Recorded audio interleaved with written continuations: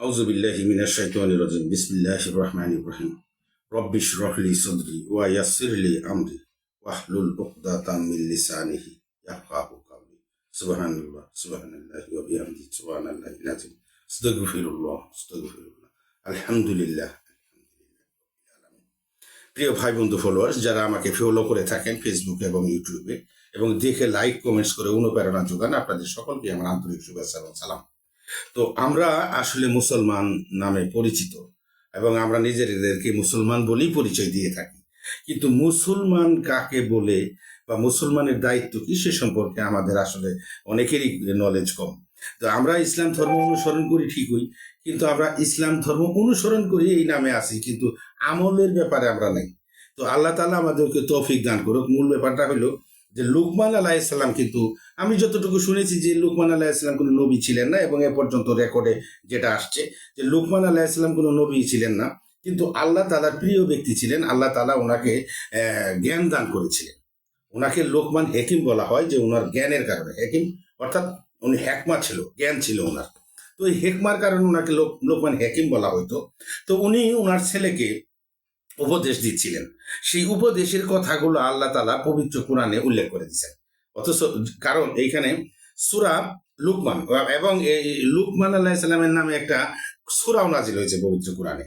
সূরা লুকমান আয়াত নাম্বার হলো 16। এখানে আল্লাহ বলছেন যে লুকমান আলাইহিস সালাম যখন তার ছেলেকে উপদেশ দিচ্ছিলেন, সেই কথাটা এখানে উল্লেখ করে দিয়েছেন। আল্লাহ বলছেন যে লুকমান আলাইহিস সালাম বলতেছিলেন, হে বৎস, কোনো বস্তু যদি সরিষার দানা পরিমাণও হয়, অতঃপর তা যদি থাকে প্রস্তর গর্ভে অথবা আকাশে অথবা ভূগর্ভে, তবে আল্লাহ তাও উপস্থিত করবেন। নিশ্চয়ই আল্লাহ গোপন ভেদ জানেন, সবকিছুর খবর রাখেন। আমাদের তো বাংলা বুঝতে কষ্ট হচ্ছে না, তারপরেও বলি। লুকমান আলাইহিস সালাম যখন তার সন্তানকে বললেন যে বৎস, একটা সরিষা পরিমাণ দানাও যদি ভূগর্ভস্থ থাকে, একদম ভূমির সর্বনিম্নে থাকে, অথবা প্রস্তর গর্ভে থাকে, মানে পাথরের মধ্যে থাকে, হ্যাঁ, তারপরেও আল্লাহ তাআলা সেটা বের করে আনবেন এবং আমাদের সামনে উপস্থাপন করবেন। আল্লাহ সবকিছুর খবর রাখেন আমাদের। অতএব আমরা মনে করি যে গোপনে এটা করতেছি ওইটা করতেছি, আমরা তো অন্যায়ের মধ্যে লিপ্তই আছি।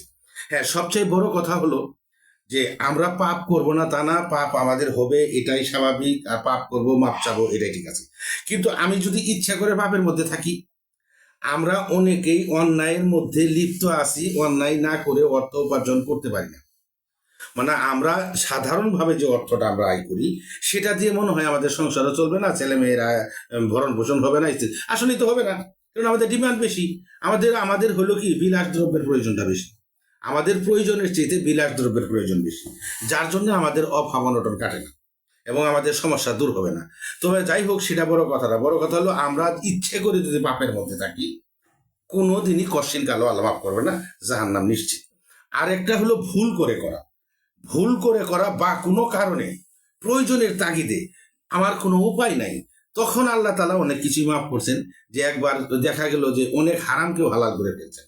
আল্লাহ বলছেন যে যখন কোনো উপায় থাকবে না, যখন একেবারেই উপায় নাই, জান বাঁচে না, তখন হারাম বক্ষণ করে যদি জীবন বাঁচাতে হয় বাঁচাও, কিন্তু পরবর্তীতে আর এটাকে সীমা লঙ্ঘন করো না, এটাকে বর্ধিত করো না। ওই মুহূর্ত পর্যন্ত শেষ, তারপরে তুমি অনুসন্ধান করতে থাকো। তো এখন এই জিনিসগুলা আমাদের বোধগম্য হয় না। সূরা মুনাফিকুনে আল্লাহ বলছেন যে প্রত্যেক ব্যক্তির নির্ধারিত সময় যখন উপস্থিত হবে, তখন আল্লাহ কাউকেই অবকাশ দেবেন না। তোমরা যা করো আল্লাহ সে বিষয়ে খবর রাখেন। তো আমাদেরকে একটা নির্দিষ্ট সময় দিয়ে আল্লাহ তাআলা দুনিয়াতে প্রেরণ করেছে। তো এই নির্দিষ্ট সময়টা যখন শেষ হয়ে যাবে, আমি 1 সেকেন্ডের দিকেও যেতে পারবো না, 1 সেকেন্ডের দিকেও যেতে পারবো না। তো অতএব আমাদেরকে চিন্তা করতে হবে যে আল্লাহর কাছে ফেরত যেতে হবে, মৃত্যু থেকে আমরা কেউ বাঁচতে পারবো না। তো সূরা নিসা আয়াত নাম্বার 166, এখানে আল্লাহ বলছেন, আল্লাহ আপনার প্রতি যা অবতীর্ণ করেছেন, মানে রাসূলকে বলছেন যে আল্লাহ আপনার প্রতি যা অবতীর্ণ করেছেন, তিনি যা সজ্ঞানে করেছেন, সে ব্যাপারে আল্লাহ নিজেও সাক্ষী এবং ফেরেশতাগণও সাক্ষী, আর সাক্ষী হিসেবে আল্লাহই যথেষ্ট। সূরা আনাম আয়াত নাম্বার হলো আপনার 19, এখানে আল্লাহ বলছে, আপনি জিজ্ঞেস করুন সর্ববৃহৎ সাক্ষ্যদাতা কে। আপনি তাদেরকে জিজ্ঞেস করুন সর্ববৃহৎ সাক্ষ্যদাতা কে, যে আমার সাক্ষী উপস্থিত করা লাগবে না, সাক্ষী তো আল্লাহ। কে বলে দিন, আল্লাহ আমারও তোমাদের সাক্ষী। আল্লাহ আমারও তোমাদের সাক্ষী। আমার প্রতি এ কোরআন অবতীর্ণ হয়েছে যাতে আমি তোমাদেরকে এবং যাদের কাছে এই কোরআন পৌঁছে সবাইকে ভীতি প্রদর্শন করি। কি ভীতি প্রদর্শন করি? জাহান্নামের কথা বলে, যে তোমরা যদি অন্যায় লিপ্ত থাকো, তোমরা যদি আল্লাহকে না মানো, তাহলে জাহান্নাম নিশ্চিত। তোমরা কি সাক্ষ্য দাও যে আল্লাহর সাথে অন্যান্য উপাস্য রয়েছে? আপনি বলে দিন, আমি এইরূপ সাক্ষ্য দেব না। বলে দিন, তিনি একমাত্র উপাস্য, আমি অবশ্যই তোমাদের শিরক থেকে মুক্ত। অর্থাৎ যারা শিরিকি করে তাদের থেকে রাসূল সাল্লাল্লাহু আলাইহি ওয়াসাল্লাম মুক্ত। সূরা রাদ আয়াত নাম্বার হলো 43। এখানে আল্লাহ বলছেন, কাফেররা বলে আপনি প্রেরিত ব্যক্তি নন, মানে রাসূলকে বলে আপনি রাসূল না। বলে দিন, আমার ও তোমাদের মধ্যে প্রকৃষ্ট সাক্ষী হচ্ছে আল্লাহ। আমার আর তোমাদের মধ্যে প্রকৃষ্ট সাক্ষী হচ্ছে আল্লাহ এবং ওই ব্যক্তি যার কাছে গ্রন্থ জ্ঞান আছে, যে গ্রন্থ বুঝে এবং আল্লাহর কিতাব বুঝে এবং কিতাবের জ্ঞান আছে যার। সূরা মারিয়াম আয়াত নাম্বার হলো আপনার 93। আল্লাহ এখানে বলছেন, নবমণ্ডল ও ভূমণ্ডলে কেউ নেই যে দয়াময় আল্লাহর কাছে দাস হয়ে উপস্থিত হবে না। এই নবমণ্ডল এবং ভূমণ্ডলে এমন কোথাও কোন নাই যে কেউ আল্লাহর কাছে দাস হিসাবে উপস্থিত হবে না। আনকাবুত সূরা আনকাবুত আয়াত নাম্বার 2-3। মানুষ কি মনে করে যে তারা এ কথা বলেই অব্যাহতি পেয়ে যাবে যে আমরা ঈমান এনেছি, তাদেরকে পরীক্ষা করা হবে না?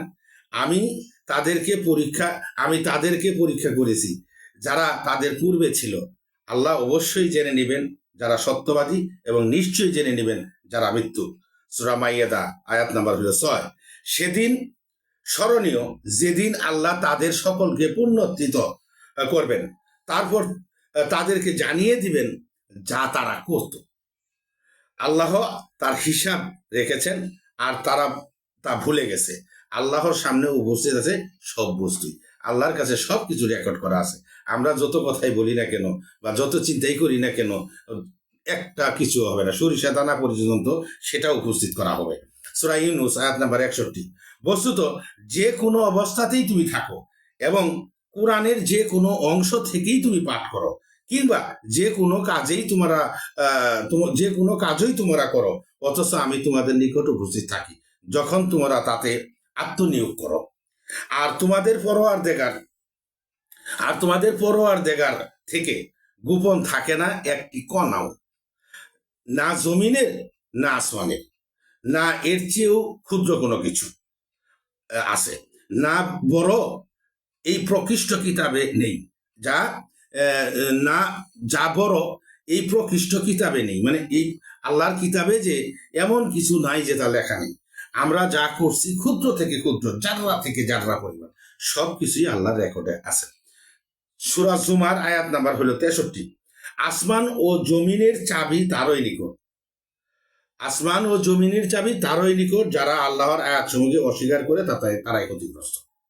অতএব আসমান ও জমিনের চাবি আল্লাহ সবকিছুই জানেন এবং সবকিছুই আল্লাহর কাছে। অতএব আমরা যারা অস্বীকার করি তারাই ক্ষতিগ্রস্ত। সূরা রুম আয়াত নাম্বার হলো 16।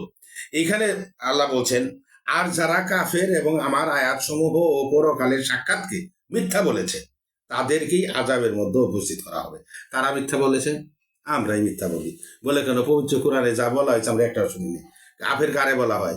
যে আল্লাহর আয়াতকে এবং রাসূলকে প্রত্যাখ্যান করে, তারা হলো কাফের। তাহলে এখন বলেন, বুঝেন, কাফের গালি দিলে আমাদের মন খারাপ লাগে। সূরা আহকাফ আয়াত নাম্বার হলো 20।